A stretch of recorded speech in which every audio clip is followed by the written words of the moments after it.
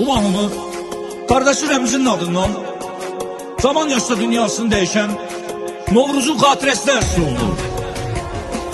Novruz əziz unudulmaz, məkan cənnət olsun, dəyərli şəxsiyyət olub, gəli rəhmət olsun. Hacı Qabulun Qarasu kəndi xatirəsini yad edir, etdiklərin unudulmaz, ad salıbdır ad edir. Etdiklərin unudulmaz, ad salıbdır ad edir. Her zaman yetim yanımda, kasıbı yanımda durdu. Ecel vefasızlık etti, ölümün hükmünü vurdu.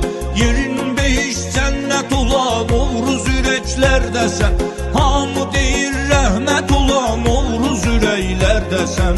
Yerin behiş cennet olan Novruz yürekler desem, hamı değil rahmet olan Novruz yürekler desem.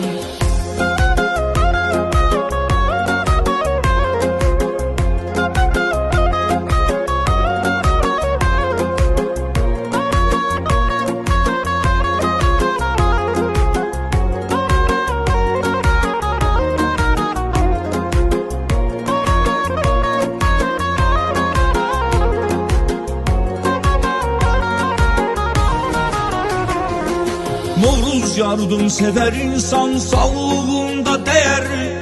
Yaddaşlarda bu cür kalıp, kardeş olup ünerli. Xeyli kasıba yardım edip, dayağı durup məzluma. Novruz yaxşılığı sevip, dayağı durup məzluma. Novruz yaxşılığı sevip, dayağı durup məzluma.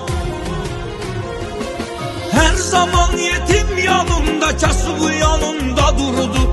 Ecel vefasızlık etti, ölümün hükmünü vurdu. Yerin behiş cennet olan Novruz yürekler desem, hamı değil rahmet olan Novruz yürekler desem.